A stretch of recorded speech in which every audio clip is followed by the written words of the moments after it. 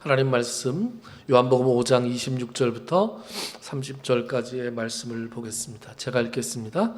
아버지께서 자기 속에 생명이 있음같이 아들에게도 생명을 주어 그 속에 있게 하셨고 또 인자됨으로 말미암아 심판하는 권한을 주셨느니라. 이를 놀랍게 여기지 말라. 무덤 속에 있는 자가 다 그의 음성을 들을 때가 오나니 선한 일을 행한 자는 생명의 부활로 악한 일을 행한 자는 심판의 부활로 나오리라. 내가 아무것도 스스로 할 수 없노라. 듣는 대로 심판하노니 나는 나의 뜻대로 하려 하지 않고 나를 보내신 이의 뜻대로 하려 함으로 내 심판은 의로우니라. 아멘. 지난 시간에 우리는 예수님이 영생과 심판의 권한을 다 하나님께로부터 받으셨다는 것을 살펴봤습니다. 영생은 유일하신 참 하나님과 그가 보내신 자 예수 그리스도를 아는 것이다. 맛보아 아는 것이다.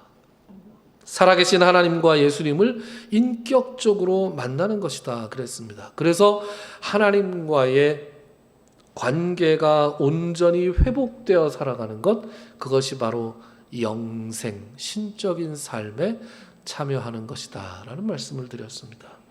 하나님과의 관계가 단절된 사람은 그러므로 살아있는 것처럼 보이지만 실상은 죽은 자다. 그래서 이 사실상 죽은 자들이 하나님의 아들의 음성을 들으면 살아난다. 하나님과의 관계가 회복된다 그랬습니다. 그 말씀이 바로 지난주 설교 본문 25절 말씀이라고 했습니다. 25절 같이 읽어볼까요? 진실로 진실로 너희에게 이르노니 죽은 자들이 하나님의 아들의 음성을 들을 때가 오나니 곧 이때라. 듣는 자는 살아나니라. 아멘. 이럴 때 여기서 말하는 죽은 자들이라고 하는 것은 죽어서 무덤 속에 있는 자들이 아니라, 즉 육체적으로 죽은 자들을 말하는 것이 아니라 하나님과의 관계가 단절되어 있어서 살아있는 것처럼 보이나 사실은 죽은 자들을 의미한다 그랬습니다. 자, 이제는 예수님께서 한 걸음 더 들어가십니다. 계속 들어가고 계시죠. 38년 된 병자를 고치신 것부터 시작해서 결국 예수님께서는 어디까지 주제를 끌고 들어가시느냐? 최후의 심판까지. 마지막 날 예수님께서 다시 오셔서 심판주로 다시 오실 것이다 라는 사실까지, 주제까지 다루십니다. 그게 26절과 27절 오늘 본문 말씀입니다. 같이 읽어볼까요? 시작. 아버지께서 자기 속에 생명이 있음 같이 아들에게도 생명을 주어 그 속에 있게 하셨고 또 인자됨으로 말미암아 심판하는 권한을 주셨느니라. 아멘. 자, 생명을 주셨고 그리고 심판하는 권한을 주셨다. 지난주 본문의 반복이에요. 반복 심화되는 거죠. 원래 공부라는 게 그런 거예요. 반복 심화. 27절에 우리가 이해가 갈 것 같기도 하면서 이해가 안 갈 것 같은 좀 어려운 말씀이 있습니다. 그게 뭐예요? 인자됨으로 말미암아 심판하는 권한을 주셨다. 하나님께서 나에게 심판하는 권한을 주셨는데 그것은 내가 인자가 되기 때문이다. 이렇게 말씀하고 있습니다. 여러분, 이게 무슨 말이죠? 우리는 이 인자라는 표현에 대해서 사실 알고 있습니다. 복음서에서 예수님께서 자기 자신을 인자다. 인자가 머리 들 것이 없다. 이렇게 말씀하실 때 이 인자가 어디에서 나오는 표현인지 제가 여러 번 언급했습니다. 잘 기억하고 계시겠지만 다시 한번 살펴보도록 하겠습니다. 이 표현은 다니엘서 7장 말씀에 나오는 표현이라고 했습니다. 다들 기억하시겠지만 이 매우 중요한 것이기 때문에, 굉장히 중요하기 때문에 3초만 시간을 내셔서 한번 외우는 시간을 가져보시죠. 3초. 인자라는 표현은 다니엘서 7장에 나온다. 요거 외우십시오. 매우 중요합니다. 이거 어디 가서 얘기하면 좀 신앙의 그 해박한 지식을 가지고 있구나라고 상대방이 생각할 수 있습니다. 다니엘서 7장 말씀을 살펴볼게요. 다니엘서 7장 13절부터 14절까지 말씀.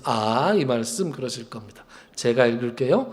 내가 또 밤 환상 중에 보니 인자 같은 이가 하늘 구름을 타고 와서 옛적부터 항상 계신 이에게 나아가 그 앞으로 인도되매 그에게 권세와 영광과 나라를 주고 모든 백성과 나라들과 다른 언어를 말하는 모든 자들이 그를 섬기게 하였으니 그의 권세는 소멸되지 아니하는 영원한 권세요 그의 나라는 멸망하지 아니할 것이니라. 아멘. 자, 이것이 바로 인자가 메시아이자 심판주다라는 것의 근거가 되는 구절입니다. 어떻게 인자가 메시아고 심판주가 되느냐? 잘 들으세요. 13절 봅시다. 처음에 이 다니엘이 밤 환상 중에서 누굴 봤냐? 인자 같은 이를 봤다 그랬어요. 인자가 아니라 인자 같으니. 이게 무슨 말이냐? 사람의 형상을 하고 있는 것 같은 어떤 존재를 봤다는 거예요. 그러니까 사람처럼 생긴 신적인 존재라는 거죠. 그런데 그 존재가 하늘 구름을 타고 왔다 그랬어요. 여러분, 구름 그러면 하나님이에요. 이건 무조건 구름을 타고 오시는, 구름이 나타나면 이거는 하나님만이 할 수 있는 거다. 구약 성경에 나오는 모든 구름에 관한 표현은 다 하나님의 임재와 관계 있는 표현입니다. 그러니까 인간의 형상을 지녔으나 인간이 아닌 신적인 존재가 옛적부터 항상 계신 이에게 나아갔다. 옛적부터 항상 계신 이 누구예요? 하나님이시죠.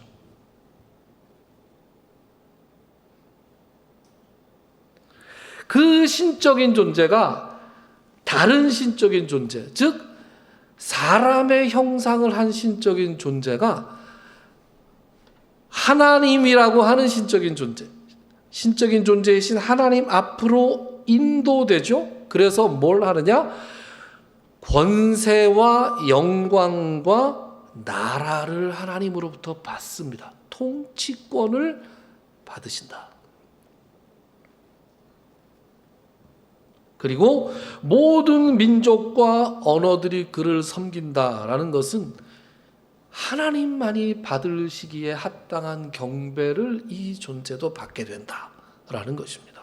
그러니까 누가 봐도 명백하게 메시아에 관한 예언입니다. 이것이 메시아를 예언하는 것이라는 것은 유대교에서도 그렇게 가르쳐 왔고 지금도 가르치고 있고 기독교도 당연히 그렇게 가르치고 있습니다. 그런데 왜 심판주냐?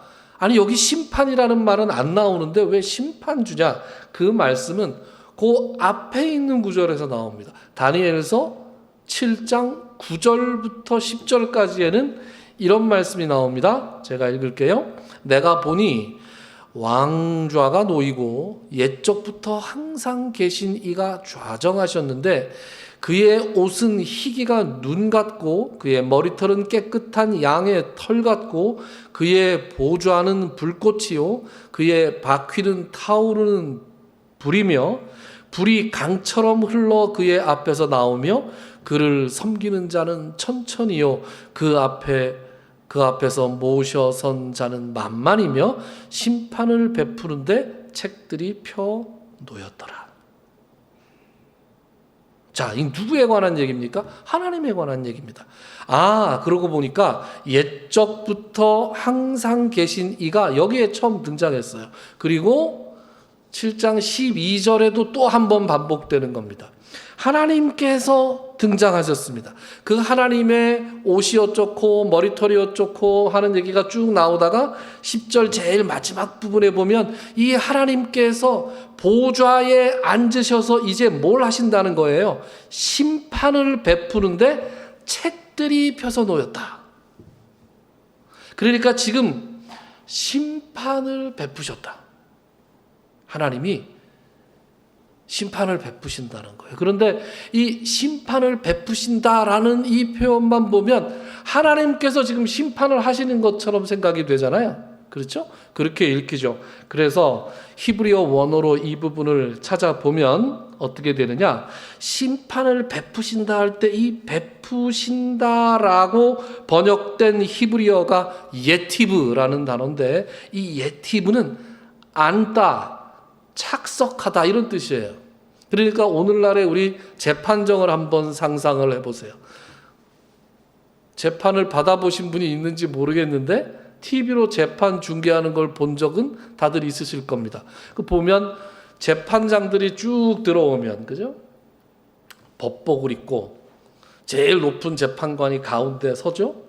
그리고 2명이 설 때도 있고 쫙 헌법재판소 같은 경우는 또 쫙 이렇게 서더라고요. 대법원도 그렇고. 그 사람들이 들어오면 어떻게 됩니까?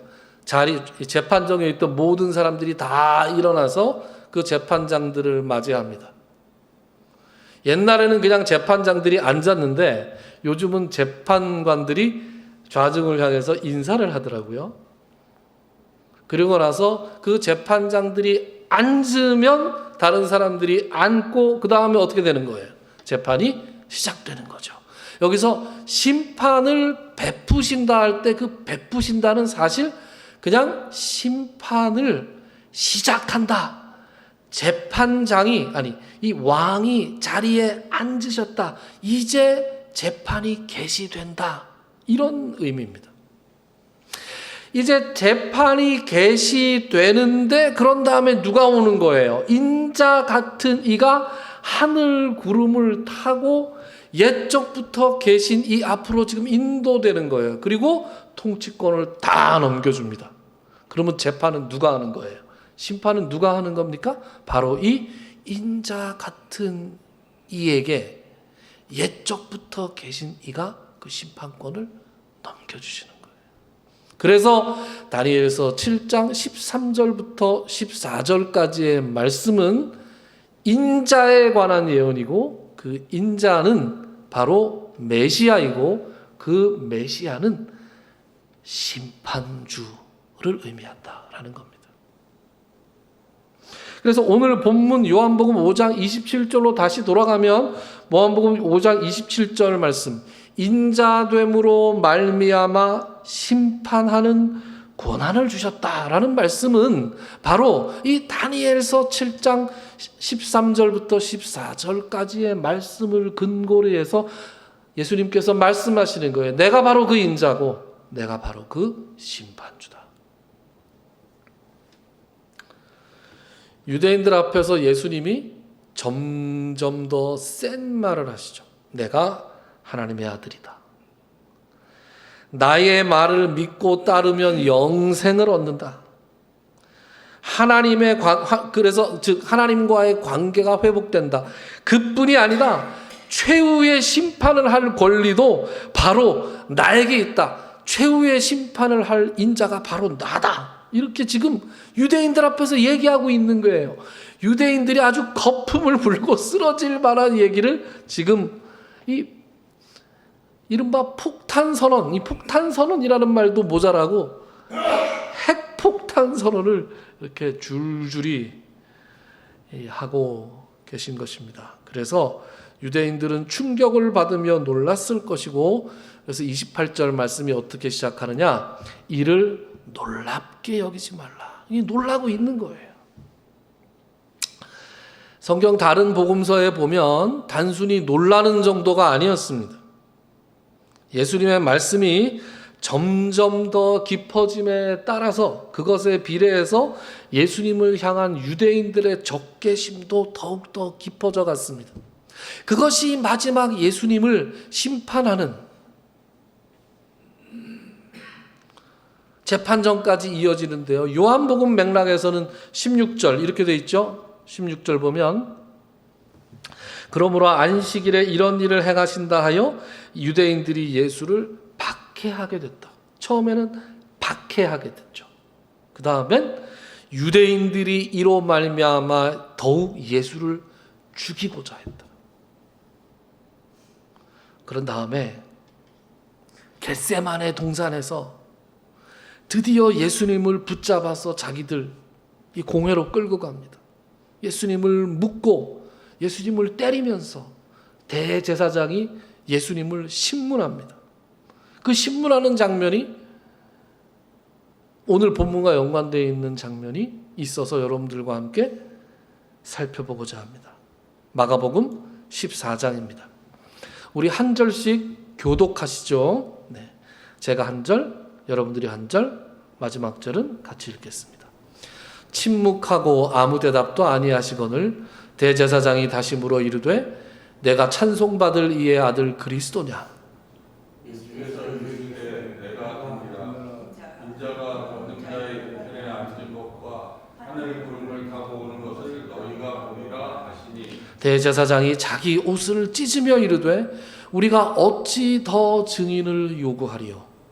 그 신성 모독하는 말을 너희가 들었다. 너희는 어떻게 생각하느냐 하니 그들이 다 예수를 사형에 해당한 자로 정죄하고 함께 읽죠. 어떤 사람은 그에게 침을 뱉으며 그의 얼굴을 가리고 주먹으로 치며 이르되 선지자 노릇을 하라 하고 하인들은 손바닥으로 치더라. 61절 대제사장이 예수님께 묻습니다. 찬송받으리의 아들 그리스도냐? 찬송받을 이는 누구를 가리키는 거예요? 하나님을 가리키는 거죠. 네가 하나님의 아들 그리스도 즉 메시아냐? 이렇게 물어봅니다. 그랬더니 62절에 내가 그다 이렇게 대답하시죠.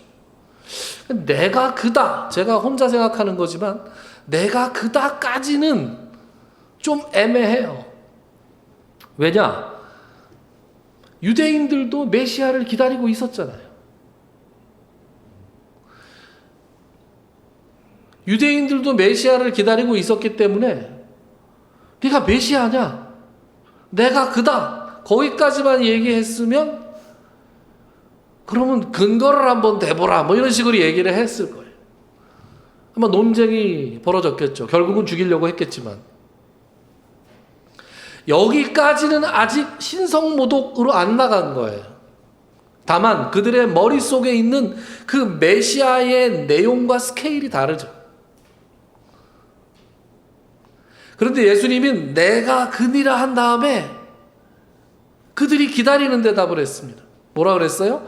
인자가 권능자의 우편에 앉은 것. 권능자는 하나님을 말씀하는 거죠. 하나님의 우편에 앉은 것과 하늘 구름을 타고 오는 것을 너희가 볼 것이다. 그랬어요. 내가 메시아다. 다니엘서에 나오는 인자가 바로 나다. 내가 하늘 구름을 타고 심판주로 올 것을 너희들이 볼 것이다.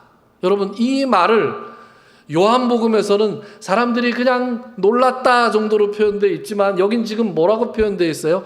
대제사장이 이 말을 듣고 자기의 옷을 찢으면서 말을 했다 그래요. 우리가 더 이상 무슨 증거가 필요하겠느냐? 그죠? 신성모독하는 말을 너희가 들었다. 이 사람을 어떻게 했으면 좋겠는지 너희들 의견을 한번 말해봐라. 그랬더니 옆에서 뭐라 그래요? 사형에 처하십시오. 죽여버리셔야 됩니다. 이구동성으로 사람들이 그렇게 얘기합니다. 이때 예수님의 신성모독 죄가 확정이 되는 거예요. 그리고 65절 말씀이 아주 끔찍합니다. 65절 말씀 무슨 말인지 알 것도 같고 모를 것 같기도 하죠. 뭔가 해코지를 한 것 같은데 이 해코지가 구체적으로 어떤 것이었는지 제가 설명을 좀 해드릴게요.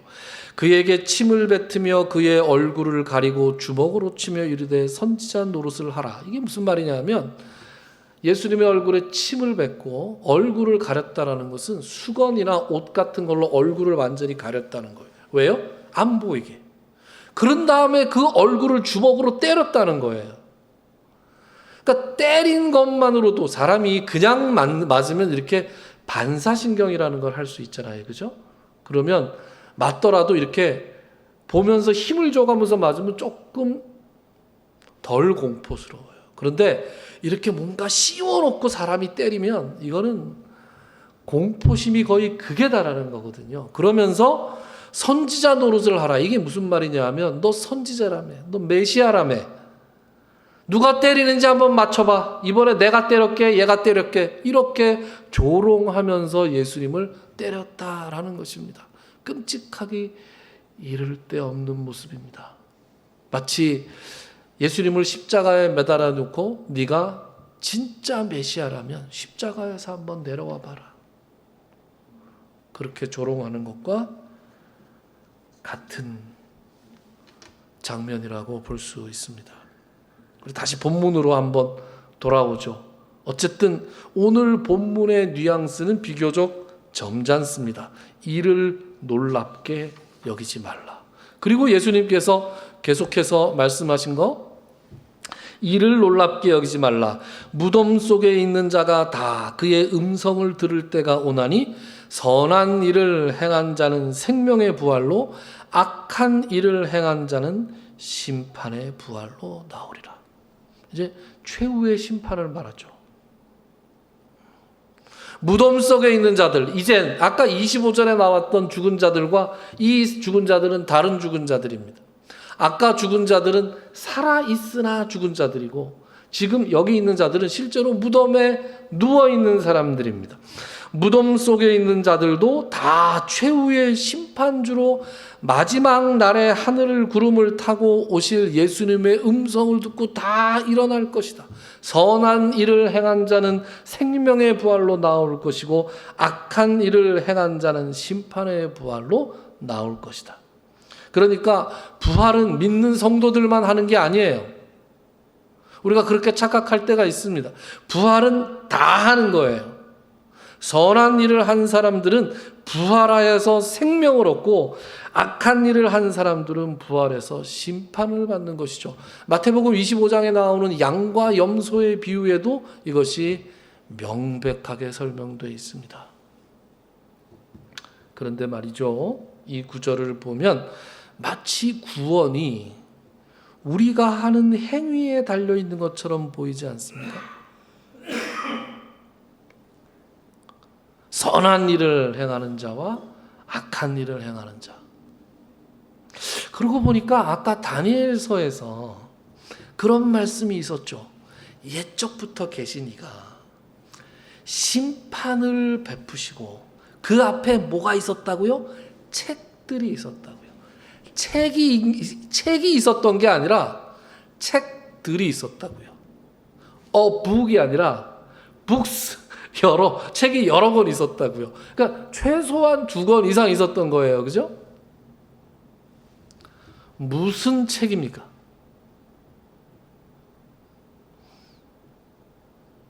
그거 같죠, 그죠? 그거 같죠? 제가 입모양을 읽었어요, 권사님. 무슨 책일까요? 우리 책 그러면 생명책 아니야? 그죠? 이렇게 생각하기 쉽습니다. 그럼 책이 생명책 말고 또 있었다는 거 아니에요? 책들이니까. 아마 행위의 책이 아니었을까? 재판을 하는 거 아니에요? 우리의 행위가 낱낱이 적혀져 있는 그 행위의 책. 재판정으로 치면 공소장이 거기에 써 있겠죠. 김홍규 목사 한 거 좀 볼까? 어디 보자. 선한 일을 좀 하는 척하고 악한 일이 많구만. 목사라며.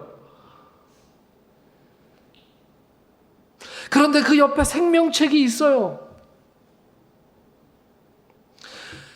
그 그럼에도 불구하고 예수 그리스도의 보혈의 공로를 믿는 사람들에게 그 보혈의 공로로 말미암아 그 죄가 면해지는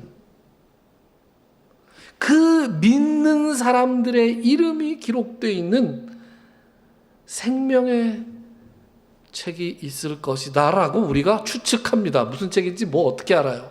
그죠? 그런데 오늘 요한복음 5장 29절만 똑 떼놓고 보면 우리의 구원이 우리의 행위에만 달려있는 것처럼 보인다는 거죠. 그렇지 않습니까? 저는 사실 그런 생각을 합니다. 우리가 우리의 구원이 우리의 행위에 달려있는 것처럼 마치 달려있는 것처럼 좀 긴장하고 살아야 되지 않을까?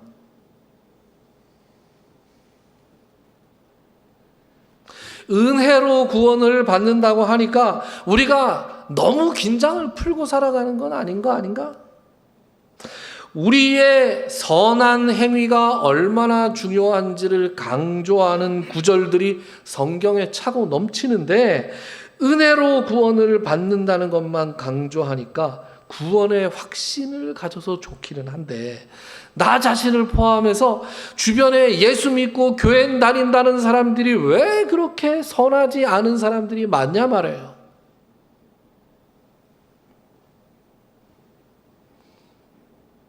너희는 그리스도의 향기라. 도대체 무슨 냄새를 풍기고 다니는지 모르겠다 이거예요.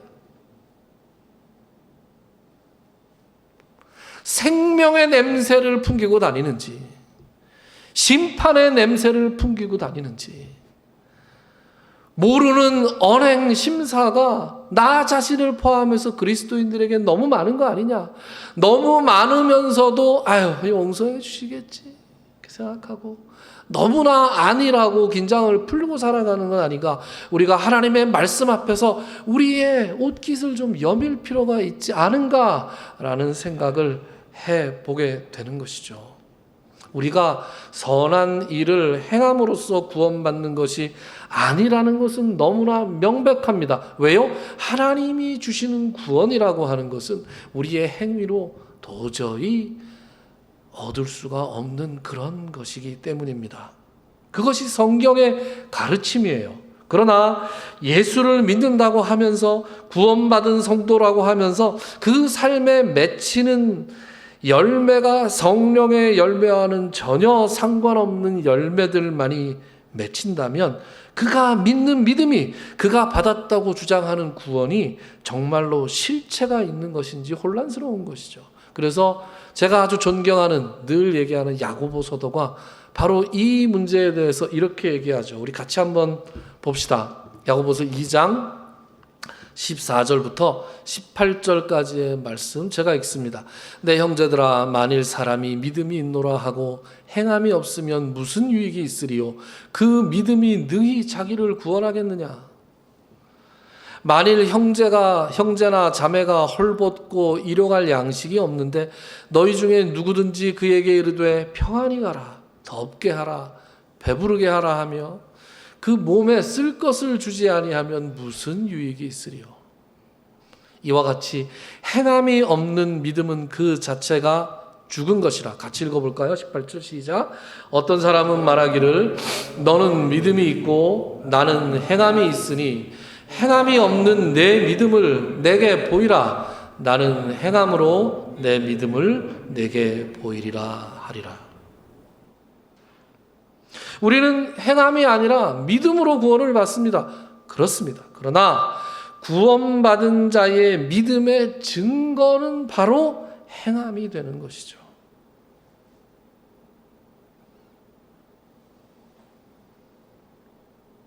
이런 교리가 중요한 게 아니에요. 사실은 진실함이 중요합니다.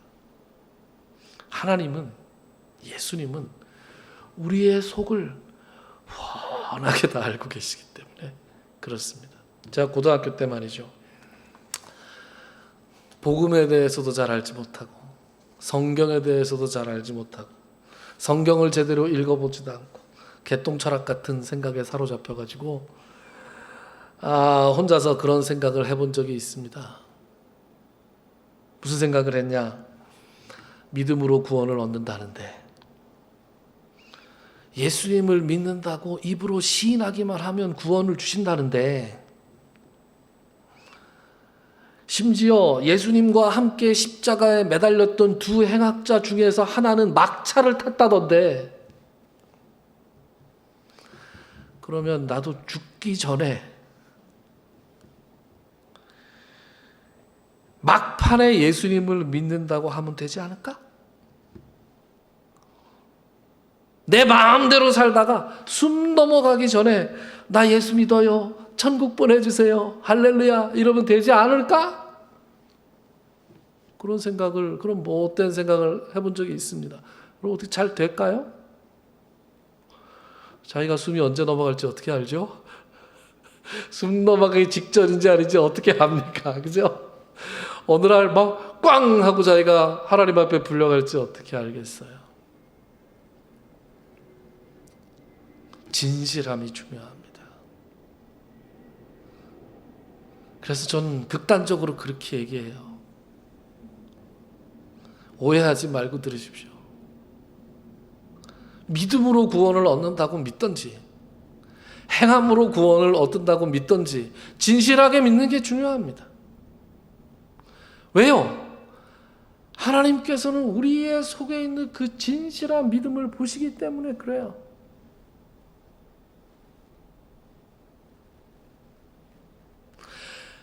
구원이라고 하는 것은 전적으로 하나님의 주권에 달려 있는 것이기 때문에,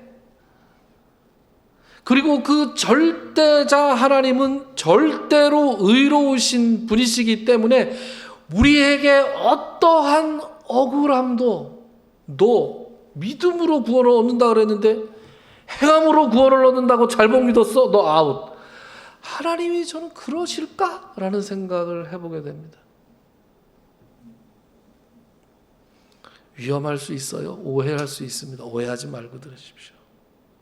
제가 강조하려고 하는 부분을 붙잡으시기 바랍니다. 하나님은 의로우신 분이시기 때문에 그 구원이라고 하는 절대적이고 신비로운 은혜를 주권적으로 그리고 가장 의롭게 심판하시는 분이시다. 그래서 오늘 30절, 오늘 말씀 마지막 30절에서는 뭐라고 말씀하느냐? 내가 아무것도 스스로 할 수 없노라. 듣는 대로 심판하노니 나는 나의 뜻대로 하려 하지 않고 나를 보내신 이의 뜻대로 하려 함으로 내 심판은 의로우니라. 예수님이 하시는 심판에 대해서 의심하지 마세요. 예수님이 혹시 잘못 심판하시지 않을까? 나를 억울하게 하시지 않을까? 아니, 세종대왕 이순신 그렇게 훌륭한 사람들인데 왜 예수 안 믿었다고 지옥 가야 돼? 이렇게 도전하지 마시라고요. 하나님이 알아서 하실 거예요. 의로우신 하나님께서 그런 문제에 대해서 알아서 하실 것이고, 저는 그렇게 얘기하는 사람에게 겉으로는 안 하지만 속으로 그럽니다. 너나 잘하세요. 그냥 너 지금 복음 들었잖아. 그러면 이제 복음을 믿고 예수 믿는 사람답게 살아가세요. 내가 알지도 못하고 나하고 아무 상관없는 것으로 하나님께 시비 걸고 도전하는 그런 망령된 행동을 하지 마라. 예수님의 심판은 의로우십니다. 왜요? 예수님을 보내신 의로우신 하나님의 뜻대로 심판하는 것이 예수님의 심판이기 때문입니다. 여러분, 믿음이 뭐예요? 하나님의 의로우심과 하나님의 선하심과 하나님의 은혜로우심을 절대적으로 믿는 것, 그리고 때로는 살아가다가 잘 이해되지 않는 게 있으면 외우는 것, 그게 믿음입니다. 기도합시다.